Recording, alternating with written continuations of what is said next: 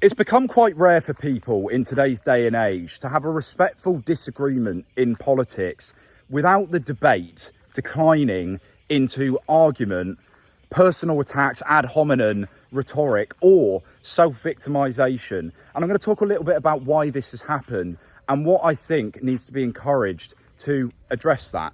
So to set the context of this video, I'm inspired to talk about this because the other day I witnessed a political scrap in a hostel bar. And as we know, hostel bars are the finest platforms of democracy and reasoned discussion, especially when there's an open bar going on and drinks are flying around. But this debate was a white working class tradesman from East London. And I would have guessed from what he was saying that he supports reform in the UK. So he's more to the right. He was much more critical of immigration, which is what they were debating. So, yep, you can see where this is going to go.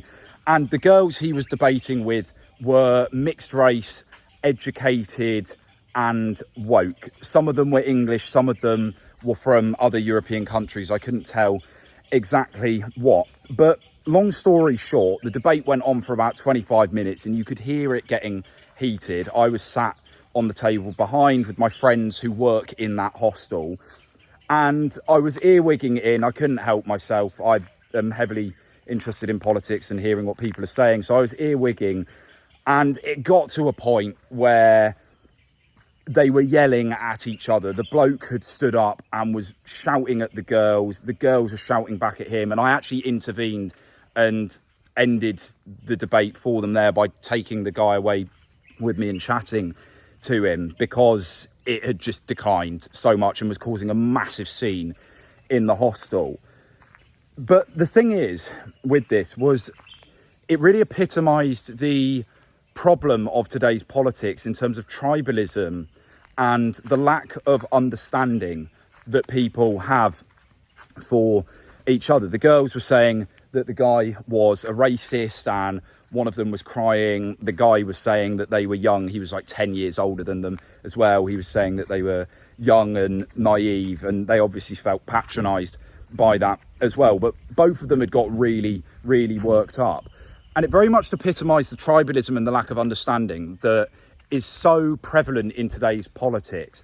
Now, it's not like politics isn't something that doesn't have tribal elements and personal elements to it. People feel very strongly about their views, particularly, I would say, the left. They've always been a lot more feeling dominant. There's that classic saying that if you're not left-wing when you're young, you don't have a heart. If you're not right-wing when you're older, you don't have a brain. I think that there is an element of truth to this, though it's obviously a bit more complicated. And, of course, throughout history, there's been political movements that have been heavily emotionally loaded and tribal. Look at the extremities that we see with the commies and the fascismos, so on, right?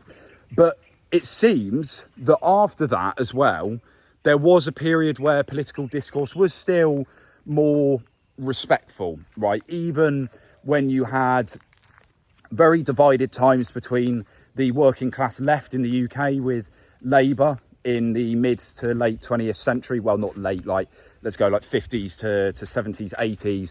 And then Thatcherite neoliberal, very, very diametrically opposed viewpoints, particularly economically. But there seemed to be a higher level of respect and conversation. And one thing that I've noticed as well is that actually with like my parents' generation, Gen X and boomers, it is more common to see people of opposing political views that are friends or even couples. And it's been shown today, particularly with Gen Z, my generation, that a lot of Gen Z, I can't remember the exact statistic, but I think the majority, particularly on the left, surprise, surprise, said that they would not date somebody with opposing views, or they would not be friends with them. And this is because politics has become so tied up with the identity and the us and them mentality. It's increasingly polarized. And this leads to hostility. It leads to an inability for people to have open conversation because people are afraid of shit hitting the fan. And again, I'm saying this here, I think more often than not, it is people who side with the left that tend to get the most worked up. I myself don't consider myself on the right. I actually took a political compass test the other day that put me bang in the centre, like literally bang in the centre. I was raised by a left household. I have left friends, but I've also done work experience for the Conservative Party. I was quite right-wing when I was younger. I have a lot of right-wing mates today, and I feel like I understand how they think in different ways, but I feel like a lot of people don't actually have that appreciation, and instead they see them as the enemy. And the left seem to be worse for that, I think, because left-wing people have a tendency to really believe that they're... And I think this is because left-wing people have a tendency to really believe that they are morally better people and that right-wing people are evil, rather than understanding the origins of what conservatism is and libertarianism and free market ideology, etc. But because of this, it means that they're also more prone to getting very heated in debate and conversation and refusal to have discussion. And I found that a lot of people on the right, actually, especially more conservative types, you know, they might really dislike a left-wing person's views, but they'll be a lot more tolerant of it and willing to discuss things. But that aside, it doesn't mean that there isn't a hugely intolerant swathe of the right today as well. You think about your Daily Mail reactionary types too, they're there, and that kind of right-wing reactionary approach to politics is just as prevalent, especially with social media today.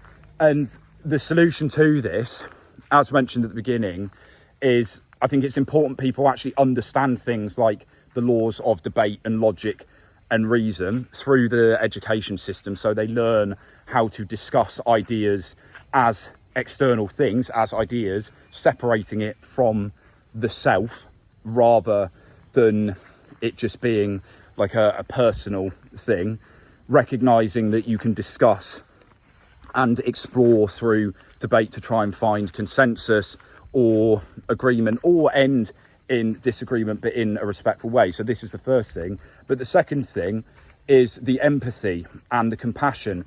And this is one area in particular that I'm actually surprised that the left don't do as well, because left-wing people, I'd say, often are more empathetic than the right. I think that the right tend to be better with the logical thinking side of things quite often, but the left tend to be better with the human and emotional side of things. But these are mass generalizations. But the left often seem to really lack compassion for why right-wing people think the way they do. And for example, with this debate that I witnessed, if we want to put it that way, right, left-wing people, they really struggle to understand that perhaps the reason white working class people tend to be against immigration is because historically it's their communities that were the most affected by it, which is why the traditional left were anti-immigration. It's why Labour and old socialist Labour types like Jeremy Corbyn were anti-EU, these kind of things, right? The immigrants were the ones who'd be competing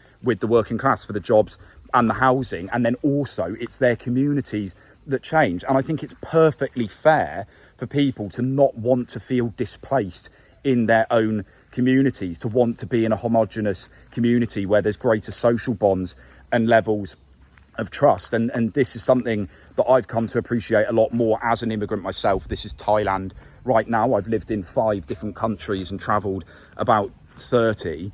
And you can see it in Thailand, the same thing. The Thais in Bangkok are getting fed up of Chinese and white people moving into the condos there short term and disrupting their communities. It's very normal for people around the world to want to have that familiarity. They don't want to feel like they're displaced and a foreigner in their own communities. And I think a lot of middle class people really struggle to actually appreciate where that stems from, or they will and they'll just say, oh no, it's wrong and this is why, and then they'll talk about their side of things, i.e.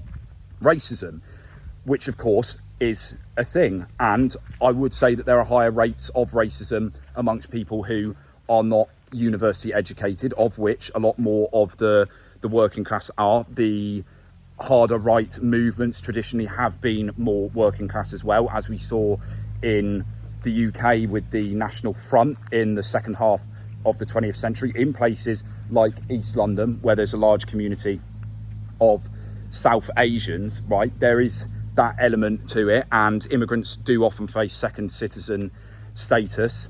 Native citizens of whatever country often don't appreciate the privileges that they have in their own countries. But you can recognise both of these, the left and the right perspective, and understand how these shape people's opinions, and that is what makes them think the way they do. It's not because they are an evil person and you are better than them. And when you practice this compassion and this understanding and this appreciation, actually reading and listening to people on the other side of the fence, discussing ideas with people who disagree with you, it broadens you as a person. It makes you smarter, obviously, because you're consuming more information across the board. It broadens your perspectives instead of restricting yourself, which is what so many people do through their echo chambers of social media algorithms today. And it rounds you as a person. And if more people did that, it would mean that we would have more open discussion and less vitriolic disagreements. But I think that summarises it all today. It's a shame to see it is this way. I don't know if it will change, especially with social media, but I think there is potential for us as humans to improve our IQ and EQ and have more harmony in our political discourse. But maybe that is wishful thinking. Maybe that is the blind optimism that the left have, the utopianism. But I'll see you guys in the next video.